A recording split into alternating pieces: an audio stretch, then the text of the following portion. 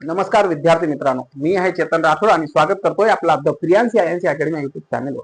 तर आपण पोलीस भरती प्रश्नपत्रिका विश्लेषण घेत आहोत। त्याच्यापैकी आज आपण प्रश्न बघूयात। आपले बरेच प्रश्नपत्रिका विश्लेषण झालेले आहेत। जर तुम्ही नवीन असाल तर तुम्ही the Priyanshi INC academy YouTube चॅनलवर जाऊन मागील व्हिडिओ बघा, व्हिडिओला लाईक करा आणि मित्राला शेअर करा, जेणेकरून मित्रांना पण याचा फायदा होईल। आणि चॅनलला सबस्क्राईब करायला विसरू नका। का की चॅनलला सबस्क्राईब केल्यानंतर मी जेव्हा नवीन व्हिडिओ अपलोड करेल तेव्हा तुम्हाला त्याची नोटिफिकेशन येईल आणि तुम्ही लगेच बघायला सुरुवात कराल। पोलीस भरती मध्ये मागे प्रश्नपत्रिका जी आलेली आहे ते घेणं गरजेचं का आहेत कारण की जी पुढची प्रश्नपत्रिका येणार आहे ही याच धर्तीवर असते, म्हणून आपल्याला प्रश्नपत्रिकाचा स्वरूप कळावं आणि आपण जर आता रिसेंटली नवीन तयारीला सुरुवात केलेला असेल तर आपल्याला याचा भरपूर फायदा होईल आणि जे जुने विद्यार्थी आहेत त्यांना पण याचा फायदा होणार आहे। तर चला आपण बघूयात गणित बुद्धिमत्ता या विषयावर आपण आज बोलणार आहोत। या विषयावर आपण शॉर्टकट ट्रिक्स पण बघूयात, या सगळ्या गोष्टी आपण स्टेप बाय स्टेप बघूया। तर चला मित्रांनो, आज आपण सुरुवात करूयात एका उत्कृष्ट अशा प्रश्नाने। तर काय आहेत 15 मजूर एक काम 10 दिवसात करतात। काय आहेत 15 मजूर आहेत, जो एक काम दिलेलं आहे त्यांना तो 10 दिवसात करतात। तर त्याच कामाच्या दीडपट काम, किती काम, त्याच कामाच्या, कुठल्या कामाच्या, वरच्या, हा एक कामाच्या दीडपट काम 25 मजूर किती दिवसात पूर्ण करतील। काय किती दिवसात पूर्ण करतील। मग हा प्रश्न आपल्याला काय वरती मजूर दिलेला आहे, दिवस दिलेला आहे आणि एक काम दिलेलं आहे। खाली काय विचारलेलं आहे, जे 25 मजूर आहेत, जे वरचा काम आहे त्याच्या दीडपट काम त्यांना करायचं आहे आणि दिवस म्हणजे किती दिवसात काढायचं आहे ते आपण बघूया। किती दिवसात ते काम करतील ते बघूया। मग अशा गोष्टी करत असताना आपण हमेशा एक सूत्र वापरत असतो। आपण प्रत्येक वेळेस एक सूत्र वापरतो आणि ह्या सूत्र वापरण्याची गरज का, कारण सूत्र आपल्याला पाठ नसते, पण वारंवार जर आपण गणित सोडवत असाल तर आपल्याला सूत्राची अजिबात गरज लागत नाही। पण जेव्हा आपण नवीन तयारी करतो तेव्हा आपल्याला काही काळासाठी सूत्रपाठ ठेवणं गरजेचं आहे। चला बघूया त्याच्यात काय आहे आपला। तर आपला एक सूत्र आहे, काय आहे M1, त्यानंतर गुणिला काय आहे D1 आणि भागीला W1। काय मग M1 म्हणजे काय, तर M1 म्हणजेच मजूर, D1 म्हणजे दिवस आणि W1 म्हणजेच वर्क मीन्स काम। म्हणजे आपल्याला आता आणि दिलेलं काय आहे, आपण आता हे जे दिलेले आहे त्याच्यात आपण या व्हॅल्यू आपण पुटअप करूया।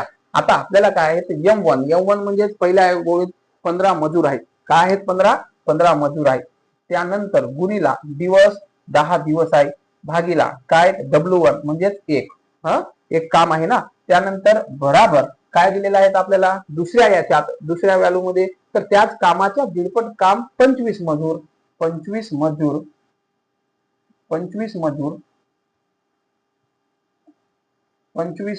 गुणिला D1 आपल्याला काढायचं आहे। D1 आपल्याला काय करायचं आहे, काढायचं आहे। 25 मजूर किती दिवसात पूर्ण करतील। आधी दीडपट काम दिलेलं आहे, आता हा एकपट काम आहे, तर याच्या दीडपट काम आपल्याला काय करावं लागेल, तर दीडपट म्हणजे 1.5, हा आपला काय झालाय दीडपट झालाय। 1.5 म्हणजे आपला काय झालाय दीडपट झालेला आहे काम।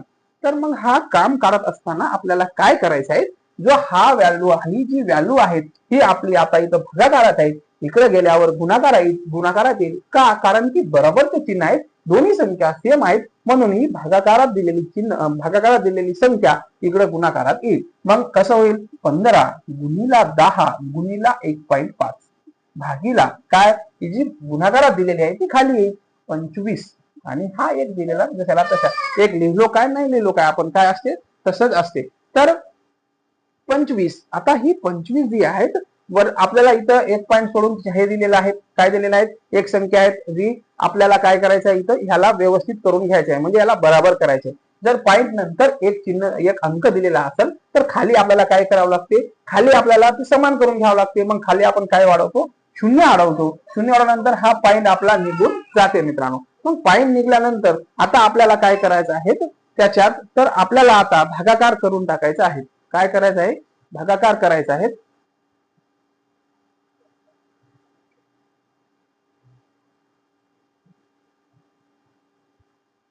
भागाकार करायचा आहे, तर ह्या कशा शून्य शून्य कटले, मग 25 आणि 15 ना एका संख्याना भाग जायला पाहिजे। कुठल्या संख्याना भाग जातो, 5 न, 5 एक 5 5 25, 5 3 15, वरी किती राहिले 15 गुणिला 3 भागीला 5 म्हणजेच 45 भागीला 5। 5 1 5, 5 9 45. योग्य उत्तर काय आहे आपला? योग्य उत्तर पर्याय क्रमांक 4 जे आपल्याला दिलेला होता. तर 9 हा आपला योग्य उत्तर आहे. तर 25 मजूर दीडपट काम किती दिवसात करेल? तर 9 दिवसात ते काम करतील मित्रांनो. दुसरा प्रश्न बघूयात. तर कोणत्या दोन जोडमूळ संख्याची बेरीज 144 चे वर्गमूळ आहेत? काय आहे? तर कोणत्या दोन जोडमूळ संख्याची बेरीज 144 चे वर्गमूळ आहेत? तर मित्रांनो आपल्याला पहिले मूळ संख्या माहित असायला हवं, त्यानंतर जोडमूळ संख्या माहिती असायला हवे. तर मूळ संख्या म्हणजे काय? तर मूळ संख्या म्हणजे अशी संख्या की ज्या संख्याला फक्त त्याच संख्येने आणि एकनेच भाग जातो ती संख्या म्हणजे मूळ संख्या. तर अशा 101 ते 100 पर्यंत किती आहेत? तर 1 ते 100 पर्यंत अशा एकूण 25 मूळ संख्या आहेत. आणि त्यानंतर ज्या मूळ संख्याची जोडी आहेत, जोडी म्हणजे जवळजवळ येणारे, तर हे एकूण मूळ संख्या जोडमूळ संख्या किती आहेत? जोडमूळ संख्या जोडी किती आहेत? तर एकूण 8 जोडी आहेत. त्या 8 जोडीपैकी आपल्याला प्रश्न विचारला गेलेला आहे. तर प्रश्न असा आहे की प्रश्न कसा आहे की 144 चे वर्गमूळ आहेत. काय? दोन संख्या जोडमूळ संख्याची बेरीज 144 चे वर्गमूळ आहे. तर आपण पर्याय मधून बघूया आता. तर काय आपल्याला 144 चा वर्गमूळ पहिले माहित असायला हवं. तर 144 चा वर्गमूळ काय आहे? 144 चा वर्गमूळ काय आहे मित्रांनो? तर 12 हा 144 चा वर्गमूळ आहे. का? कारण की 12 चा वर्ग 144 आहे. तर आपल्याला आता बघायचं आहे 1 आणि 11 ही मूळ संख्या आहेत का? हो, 1 पण मूळ संख्या आहेत. 1 ला पण एका संख्याने भाग जातो. 11 पण मूळ संख्या आहेत. कारण की 11 ला फक्त 1 आणि 11 ने भाग जातो. दुसऱ्या संख्येने भाग जातो का? जात नाही. तर आपल्याला आता काय करायचं आहे? तर ही तर आपली, पण आपल्याला काय पाहिजे? तर जोडमूळ संख्या पाहिजे, जवळजवळ येणारी पाहिजे. तर ही जवळजवळ येणारी आहेत का? नाही. हा चुकलं. त्यानंतर आपल्याला काय बघायचं आहे? पर्याय क्रमांक 4 बघूया. पर्याय क्रमांक 4 बघूया. तर बघा मित्रांनो, पर्याय क्रमांक 2 बघा. आता इथं मला सांगा तुम्ही जी 9 आहे तर 9 मूळ संख्या आहेत का? नाहीत. मग हा उत्तर आपला पर्याय इथं चुकला ना. त्यानंतर 8 4 हे मूळ संख्या आहेत का? नाहीत. का नाही? कारण की 8 ला पण भाग जातो, 4 ला पण भाग जातो, इथं 9 ला पण भाग जातो. राहिलं कुठं? फक्त 5 आणि 7. तर हे जोडमूळ संख्या आहेत का? तर हो, 5 आणि 7 हे दोन्ही मूळ संख्या आहेत आणि जोडमूळ संख्या पण आहेत. म्हणून पर्याय क्रमांक आपला 3 हा योग्य उत्तर आहे. चला बघूया पुढचा प्रश्न काय दिलेला आहे. 5 क्रमवार संख्याची सरासरी 14 आहे. किती क्रमवार संख्याची? 5 क्रमवार संख्याची सरासरी 14 आहे. तर त्यापैकी सर्वात लहान व सर्वात मोठ्या संख्याची बेरीज आपल्याला करायची आहे. काय करायचे आहे? तर सर्वात लहान आणि सर्वात मोठी संख्याची आपल्याला बेरीज करायची आहे. मग त्याच्या अगोदर सरासरी म्हणजे काय तर हे समजून घेणं आपल्यासाठी महत्वाचं आहे.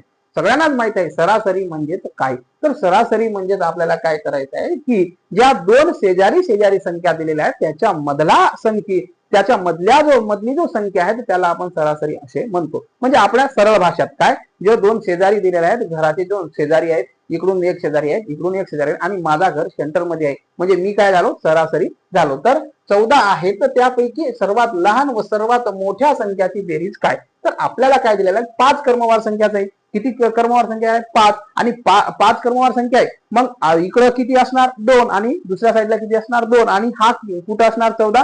14 सेंटर मध्ये असणार. मग 14 जर आपण सेंटर मध्ये लिहिलो, तर इकडं काय होईल? 15 आणि 16 आणि इकडं काय होईल? 13 आणि 12. मग ही आपली काय झाली? सरासरी झाली. मग का आपल्याला इकडं 15 16 आपण का लिहिलो आणि इकडं 12 13 असं का लिहिलो? कारण की आपल्याला काय दिलेलं आहे? तर क्रमवार संख्या दिलेली आहे. काय? हे महत्वाचं आहे. कधी कधी आपल्याला दोन समसंख्या विषम संख्याची सरासरी विचारायला, आता आपल्याला दिलेल्या आहेत क्रमवार संख्याची सरासरी 14 आहे. काय? क्रमवार संख्याची सरासरी 14 आहे. म्हणून आपण क्रमवार संख्या लिहिलो आणि 14 ही त्याची सरासरी आहे. आणि आपल्याला काय दिलं? त्यापैकी सर्वात लहान व सर्वात मोठ्या संख्याची आपल्याला बेरीज काढायची आहे. मग सर्वात लहान संख्या फक्त याच्यापैकीच आपल्याला बघायची आहे. सर्वात लहान कुठली आहे? 16 आहे का? नाही. 15 आहे का? नाही. 12 आहे का? तर हो, 12 ही सगळ्यात लहान आणि 16 ही सगळ्यात मोठी संख्या आहे. मला सांगा तुम्ही याच्या व्यतिरिक्त तुम्हाला काही दिसते का? नाही दिसत. म्हणून आपल्याला लहान संख्याची आणि मोठ्या संख्याची बेरीज करायची आहे. तर लहान संख्या किती आहे? तर 12. 12 प्लस आपल्याला बघायचे आहे 16. 12 प्लस 16 झाले 28. तर 28 कुठे आहे मित्रांनो? तर 28 पर्याय क्रमांक 3 मध्ये 28 दिलेला आहे. तर आपला योग्य उत्तर जो आहे तो आहे पर्याय क्रमांक 3, जे की 28 हा आपला योग्य उत्तर आहे. तर अशाच प्रकारे तुम्ही नवनवीन व्हिडिओ आणि चांगल्या ट्रिक्स बघण्यासाठी तुम्ही the Priyanshi INC academy YouTube चॅनलला लाईक, शेअर आणि सबस्क्राईब करा आणि चॅनलला सबस्क्राईब करायला विसरू नका आणि इंस्टाग्रामला पण फॉलो करा मित्रांनो. पुढचा प्रश्न बघूयात. काय आहे पुढचा प्रश्न? तर पुढचा प्रश्न काय आहे? तर दोन क्रमवार विषम संख्याची लसावी किती आहेत? 195 आहेत. काय? 195 आहेत. दोन क्रमवार विषम संख्याची लसावी 195 आहे. तर त्या दोन विषम संख्याच्या दरम्यान काय? तर त्या दोन विषम संख्याच्या दरम्यान असलेली समसंख्या ओळखा. असलेली समसंख्या ओळखा. बघा मित्रांनो, असा जर आपल्याला प्रश्न आला तर आपल्याला इथं न विषम संख्या दिलेली आहेत ना काय, तर आपल्याला फक्त काय समसंख्या पण दिलेली नाही, तर आपल्याला दिलेली आहे त्या संख्याची लसावी.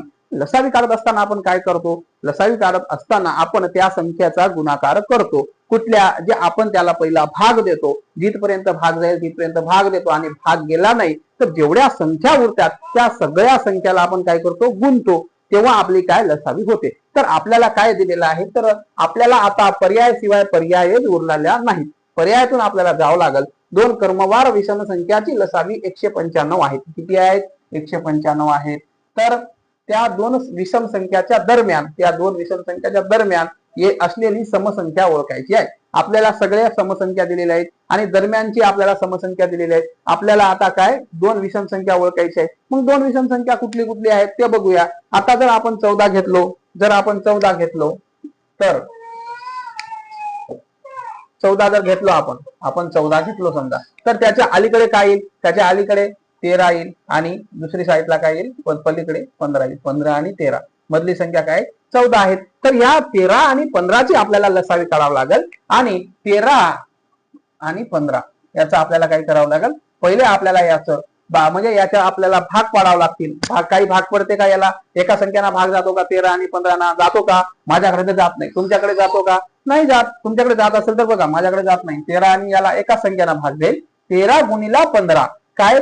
13 गुणिला 15, 15 त्रिक 45, 45 हे 5, हाच्याला 4, 15 1 15, 15 4 19. तर 195 ही काय आहेत? 13 आणि 15ची लसावी आहेत. पण 13 आणि 15ची लसावी तर त्याच्या मधली जी समसंख्या आहे ती कुठली आहे? 14 आहेत. म्हणून पर्याय क्रमांक 1 आपला काय आहे? योग्य उत्तर आहे. पर्याय क्रमांक 1 आपला योग्य उत्तर आहेत मित्रांनो. पुढचा प्रश्न बघूयात. मनालीला येता 10वीच्या परीक्षेत, मनाली म्हणजे कुल्लू मनाली थंड हवेचे ठिकाण नाही, इथं मुलीचं नाव आहे मनाली. मनालीला येता 10वीच्या परीक्षेत गणित सोडून इतर 5 विषयात काय? गणित सोडून इतर 5 विषयात सरासरी 62 गुण मिळाले. किती? 62. म्हणजेच मनालीला 10वीच्या परीक्षेत गणित सोडून इतर 5 विषयात 62 गुण मिळाले. तर गणितासह काय? इथं गणितासह 6 विषयाची सरासरी 65 असल्यास, सरासरी आपल्याला दिलेले सरासरी 65 असल्यास गणितात तिला एकूण किती गुण मिळाले? तर आपल्याला काय करायचं आहे? तर 5 विषयात त्याची सरासरी किती आहेत? 5 विषयाची सरासरी 62 आहेत आणि गणितासह म्हणजे 6 विषयाची सरासरी 65 दिलेली आहेत. आपल्याला काहीच करायची गरज नाही, फक्त सरासरी मधला फरक काढायचा आहे. सरासरी मधला फरक काढत असताना आपण काय करतो? तर म्हणालेला इतर 10वीच्या परीक्षेत गणित सोडून इतर 5 विषयाची सरासरी किती आहे? 62. किती आहे सरासरी? 62. किती विषयाची? गुणिले 5. 5 विषयाची सरासरी किती आहे? 62. 5 दोन्ही 10 ची 0, हाच्याला 1, 5 सकम 30, 30 आणि 1 31, म्हणजेच 310 झाले. किती विषयाची? 5 विषयाची. याच्यात गणित आहे का? गणित नाही. त्यानंतर गणितासह 6 विषयाची सरासरी 65 आहे. 65 गुणिले 6, 6 पंचे 30 0, हाच्याला 3, 6 6 36 आणि 3 39, 390 आणि हे 310 हे किती विषयाचे आहे? 5 विषयाचे आहेत आणि हे 6 विषयाचे आहेत. ह्या 5 विषयामध्ये गणित विषय नाहीत आणि ह्या 6 विषयामध्ये गणित पण आहेत. 310 आणि 390 मायनस 310 शून्य, इथे किती राहिले? 8 आणि 0, म्हणजेच 80 गुण त्याला कुठल्या विषयात मिळाले? तर गणित या विषयात 80 गुण मिळालेला आहे. कोणाला? मनालीला. मग पर्याय क्रमांक किती? पर्याय क्रमांक 4 हा आपला योग्य उत्तर आहे. पर्याय क्रमांक 4 आपला योग्य उत्तर आहे. चला पुढचा प्रश्न बघूया. 7.5 वर्ष प्लस 29 महिने मायनस 2.5 वर्ष. आता इथं बघा 7.5 वर्ष दिलेलं आहे, म्हणजे 7 वर्ष 5 महिने आहेत का? नाहीत. 7 वर्ष 5 महिने आहेत का? नाहीत. तर काय आहेत? तर 7.5 वर्ष आहेत. मग 7.5 वर्षाचा आपल्याला महिन्यात कन्वर्ट करावं लागेल. 7.5 वर्षाचे महिने किती होतात? तर 7.5 वर्षाचे महिने, 7 वर्षाचे महिने 84 आणि हे 6 म्हणजेच 90 महिने प्लस 29 महिने किती झाले? 90 आणि 29 9 आणि 2 आणि हे 119 मायनस 2.5 वर्ष. 2.5 वर्ष म्हणजेच किती महिने? 2.5 वर्ष म्हणजे 30 महिने. 2.5 वर्ष म्हणजे 30 महिने. मग याच्यातून आपल्याला मायनस करायचा आहे. 119 मधून 30 गेल्यावर किती राहतील? तर हा 9 आणि हा 8 89 महिने राहतील. मग 89 महिने इथं आपल्याला काय दिलेलं आहे? 5 वर्ष 5 महिने. 5 वर्ष म्हणजे 7 महिने आणि 5 म्हणजे 65. इथं आपल्याला 89 आहे. पर्याय क्रमांक 1 चुकीचा आहे. त्यानंतर 98 महिने होते का? तर किती आपल्याला 98 महिने होते का? नाही. 89 महिने दिलेले आहेत, तर हे होणार नाही. 7.5 वर्ष होते का? आणि 7.5 वर्ष होते का? आणि 7 वर्ष 5 महिने होते का? बघूया. तर 89 तर 84 म्हणजे 7 वर्ष. 84 म्हणजे 7 वर्ष आणि जे 5 राहिलेले आहेत 7 वर्ष 5 महिने होईल. 7 वर्ष 5 महिने होईल. म्हणजे पर्याय क्रमांक 4 हा आपला योग्य उत्तर आहे. पुढचा प्रश्न बघूयात. 1 लिटर व 600 मिली या दोन राशीचे गुणोत्तर काढा.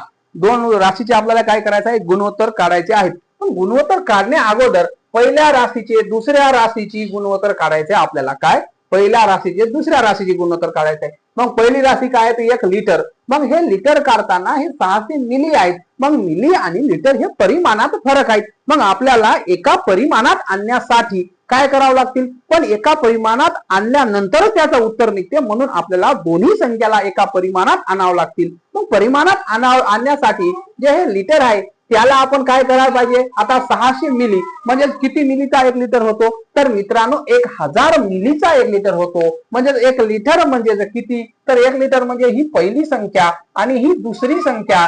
तर 1 लिटर म्हणजे 1000 मिली आणि त्यानंतर 600 मिली. आपल्याला आता काय करायचं आहे? पहिल्या राशीच्या दुसऱ्या राशीची काढायचं आहे गुणोत्तर. तर आता आपल्याला आपण काय करू शकतो? हे दोन्ही शून्य कट करू शकतो.